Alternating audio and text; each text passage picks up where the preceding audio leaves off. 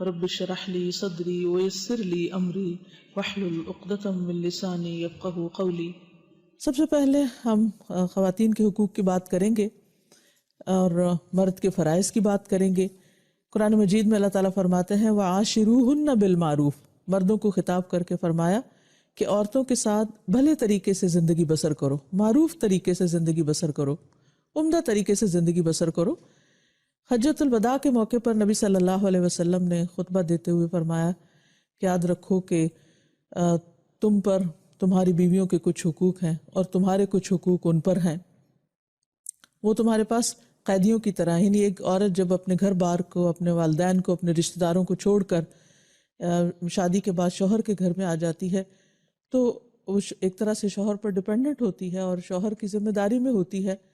تو شوہر کو یہ تعلیم دی گئی کہ وہ اس کے ساتھ احسان کا معاملہ کرے، اور اس میں سب سے پہلی ذمہ داری جو شوہر پر آتی ہے وہ یہ ہے کہ بیوی پر خرچ کرے، بیوی کے نان نفقے کا ذمہ دار ہو۔ اللہ تعالیٰ نے مرد کو قوام بنایا اور اس کی بنیادی وجہ بھی یہ بتائی کہ وہ بیوی پر خرچ کرتا ہے۔ قرآن پاک میں سورۃ النساء میں اللہ تعالیٰ فرماتے ہیں الرجال قوامون علی النساء بما فضل اللہ بہ بعضهم علی بعض وبما انفقوا من اموالهم فالصالحات قانتات حافظات للغیب بما حفظ اللہ، کہ مرد عورتوں پر قوام ہیں، یعنی ان کے ذمہ دار ہیں۔ کیوں؟ اس لیے کہ اللہ نے بعض کو بعض پر فضیلت دی، اور اس وجہ سے کہ وہ اپنے مالوں میں سے خرچ کرتے ہیں۔ تو شوہر پر جو پہلی ذمہ داری ہے وہ یہ کہ بیوی کی ضروریات کو پورا کرے اور خوش دلی کے ساتھ کرے۔ حدیث میں آتا ہے، معاویہ کہتے ہیں کہ میں نے عرض کیا یا رسول اللہ صلی اللہ علیہ وسلم، ہم پر اپنی بیوی کا کیا حق بنتا ہے؟ آپ نے فرمایا جب تم کھاؤ اسے کھلاؤ، جب تم پہنو یا کماؤ تو اسے بھی پہناؤ، یعنی کھانا پینا لباس اس کی ذمہ داری ہے۔ پھر اسی طرح عبداللہ بن عمر رضی اللہ عنہ کہتے ہیں، اور یہ صحیح مسلم کی حدیث ہے، کہ رسول اللہ صلی اللہ علیہ وسلم نے فرمایا آدمی کو ہلاک کرنے کے لیے اتنا ہی گناہ کافی ہے کہ جس کا خرچ اس کے ذمہ ہے اسے خرچ نہ دے، یعنی اس کے بارے میں اس سے پوچھ بھی ہوگی مرد سے، اور یہ اس کے لیے نقصان دہ ہے اگر وہ اپنی اس ذمہ داری کو پورا نہیں کرتا۔ صحیح ترغیب و ترہیب کی ایک حدیث میں آتا ہے، معاذ رضی اللہ عنہ سے روایت ہے کہ رسول اللہ صلی اللہ علیہ وسلم نے مجھے وصیت کی، یعنی تاکید کی کہ اپنی استطاعت کے مطابق اپنے اہل و عیال پر خرچ کرو، یعنی جتنا تم کر سکتے ہو۔ ظاہر ہے جس کے پاس زیادہ ہوگا وہ زیادہ دے گا، جس کے پاس کم ہے وہ کم دے گا، لیکن بہرحال اسے یہ ذمہ داری پوری کرنی ہے۔ آپ صلی اللہ علیہ وسلم نے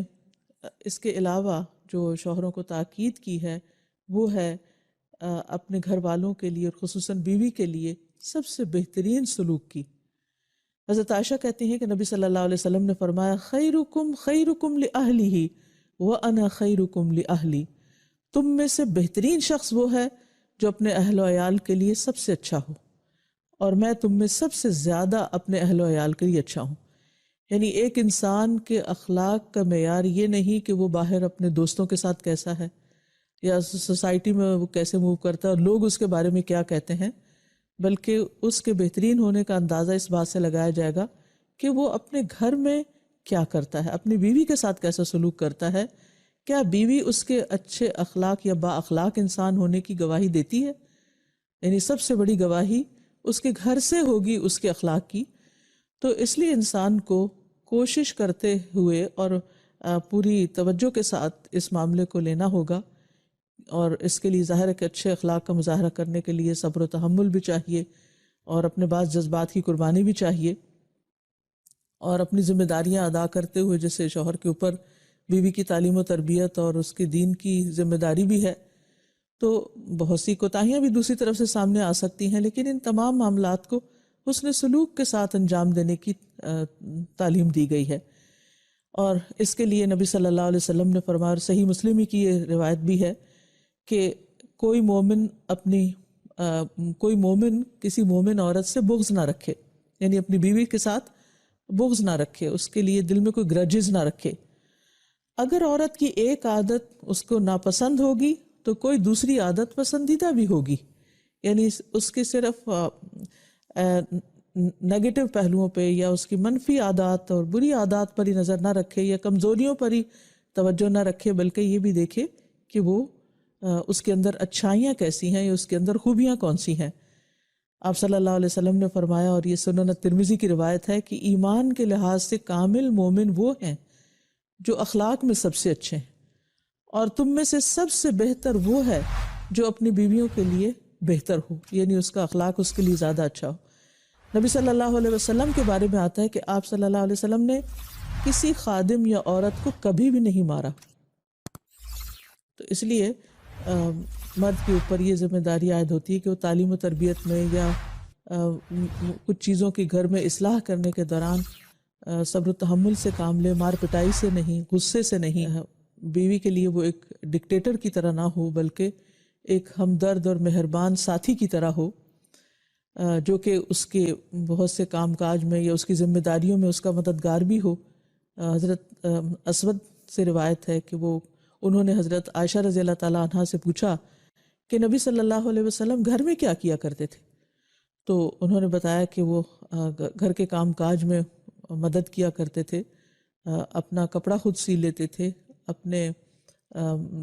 ڈول کو سی لیتے تھے، کبھی جھاڑو بھی لگا دیتے تھے، یعنی کہ گھر کے کام میں بھی بیوی کی مدد کر دیا کرتے تھے۔ اس کا یہ مطلب نہیں کہ ازواج مطہرات کچھ کیا نہیں کرتی تھی، بلکہ آپس میں محبت اور ایک تعلق اور ایک کنسرن ظاہر کرنے کے لیے، ایک بانڈنگ ڈیولپ کرنے کے لیے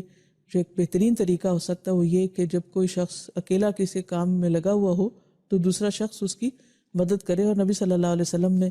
اس کی بہترین مثال قائم کی۔ نبی صلی اللہ علیہ وسلم نے فرمایا،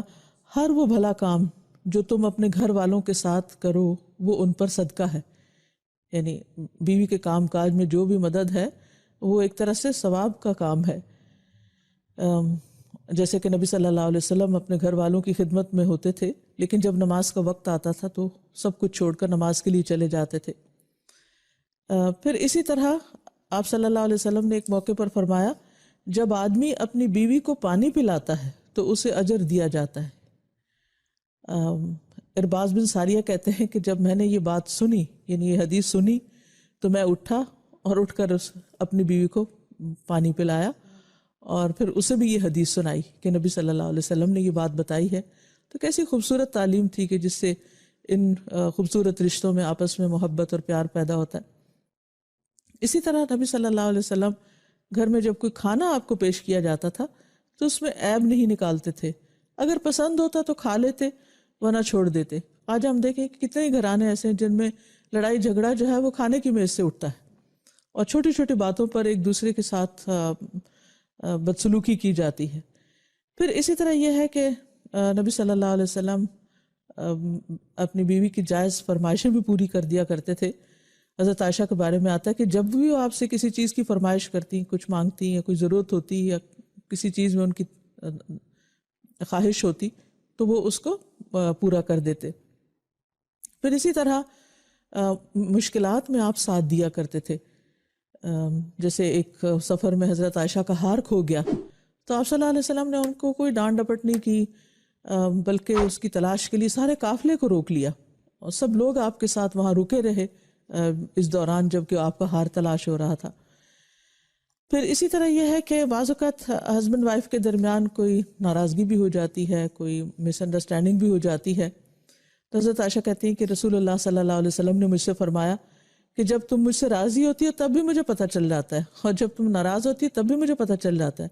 تو وہ کہتی ہیں کہ آپ کو کیسے پتہ چلتا ہے؟ تو آپ نے فرمایا کہ جب تم مجھ سے راضی ہوتی ہو تو مجھ سے یوں بات کرتی ہو کہ محمد کے رب کی قسم، اور جب ناراض ہوتی ہو تو یوں کہتی ہو کہ ابراہیم کے رب کی قسم۔ تو کہتی ہیں کہ اللہ کے رسول، میں صرف آپ کا نام لینا چھوڑتی ہوں، یعنی میرے دل سے آپ کی محبت نہیں جاتی۔ تو اس سے اندازہ آپ کر سکتے ہیں کہ نبی صلی اللہ علیہ وسلم کا اپنے ازواج کے ساتھ کیسا تعلق تھا اور ان کی آپ کے ساتھ کیسی محبت تھی۔ پھر ایک چیز یہ بھی ہے کہ بیوی کے والدین کو شکایات نہیں لگانی چاہیے، اور اگر بیوی کے سے کوئی ناچاکی ہے یا کوئی ناراضگی ہے یا کسی چیز میں کوئی کمی محسوس ہوتی ہے، تو حضرت عمر کہتے ہیں کہ ایک دن میں کچھ سوچ رہا تھا کہ میری بیوی نے مجھ سے کہا، بہتر ہے اگر تم اس معاملے کو فلاں فلاں کی طرح کرو۔ میں نے کہا تمہارا اس میں کیا کام، معاملہ مجھ سے متعلق ہے، تم کیوں اس میں دخل دے رہی ہو؟ تو اس نے کہا خطاب کے بیٹے تمہارے اس طرز عمل پر مجھے حیرت ہے، تم اپنی باتوں کا جواب بھی برداشت نہیں کر سکتے، تمہاری بیٹی حفصہ تو رسول اللہ صلی اللہ علیہ وسلم کو بھی جواب دے دیتی ہے۔ تو ایک دن تو اس نے آپ کو غصہ بھی دلایا تھا۔ تو یہ سن کر وہ اٹھ کھڑے ہوئے اور اپنی چادر اوڑھ کر حضرت حفصہ کے گھر پہنچے اور فرمایا بیٹی کیا تم رسول اللہ صلی اللہ علیہ وسلم کی باتوں کا جواب دیتی ہو، یہاں تک کہ تم نے ان کو ناراض بھی کیا ہے؟ تو حضرت حفصہ کہتی ہیں کہ ہاں اللہ کی قسم ہم آپ کو کبھی جواب بھی دیتے ہیں۔ میں نے کہا جان لو میں تمہیں اللہ کی سزا اور اس کے رسول کی سزا کی ناراضگی سے ڈراتا ہوں، لیکن یہ ہے کہ کبھی بھی نبی صلی اللہ علیہ وسلم نے حضرت عمر کو بلا کر یہ کمپلینٹ نہیں کی کہ دیکھو تمہاری بیٹی کیا کر رہی ہے اور تم اس کو سمجھاؤ یا میں اسے واپس بھیج رہا ہوں۔ شوہر اور بیوی کا تعلق اتنا خوبصورت تعلق ہوتا ہے کہ قرآن مجید میں اس کو لباس سے تشبیہ دی گئی ہے، ہن لباس لکم وانتم لباس لہن، دونوں ایک دوسرے کا پردہ ہوتے ہیں، دونوں ایک دوسرے کی زینت ہوتے ہیں، دونوں ایک دوسرے کے لیے کمفرٹ کا باعث ہوتے ہیں، دونوں ایک دوسرے کے عیب چھپانے والے ہوتے ہیں۔ اور اس میں مرد چونکہ قوام ہے، ذمہ دار ہے، اس کو پہل کرنی چاہیے ان ذمہ داریوں کو ادا کرنے میں۔ پھر اسی طرح یہ ہے کہ اچھے تعلقات کے لیے شوہر کے لیے یہ بھی لازم ہے کہ صرف بیوی نہیں بلکہ بیوی کی سہیلیوں اور رشتہ داروں کے ساتھ بھی حسن سلوک کرے۔ حضرت خدیجہ کی بہن حالہ جو ہیں وہ ایک دفعہ نبی صلی اللہ علیہ وسلم کی خدمت میں آنے کی اجازت مانگتی ہیں، تو آپ کو حضرت خدیجہ کا اجازت مانگنا یاد آ گیا، تو اس وجہ سے آپ بہت خوش ہوئے اور کہا یا اللہ یہ تو حالہ ہے۔ اور اس پر حضرت عائشہ کہتی ہیں کہ مجھے بہت رشک آیا کہ کس طرح نبی صلی اللہ علیہ وسلم اپنی بیوی کو یاد کرتی ہیں جو اتنا عرصہ پہلے انتقال بھی کر چکی ہیں۔ آپ صلی اللہ علیہ وسلم جب کوئی چیز کوئی بکری وغیرہ ذبح کرتے یا کوئی چیز تقسیم کرتے تو حضرت خدیجہ کی سہیلیوں کو بھی بھجواتے۔ تو اس سے یہ پتہ چلتا ہے کہ اگر شوہر ایک قوام ہونے کی حیثیت سے اپنی بیوی کی ذاتی ضروریات، اس کی مالی ضروریات، اس کی جذباتی ضروریات کا خیال رکھے، اس کے رشتہ داروں کی کیئر کرے، تو گھریلو زندگی جو ہے وہ خوشگوار ہو سکتی ہے۔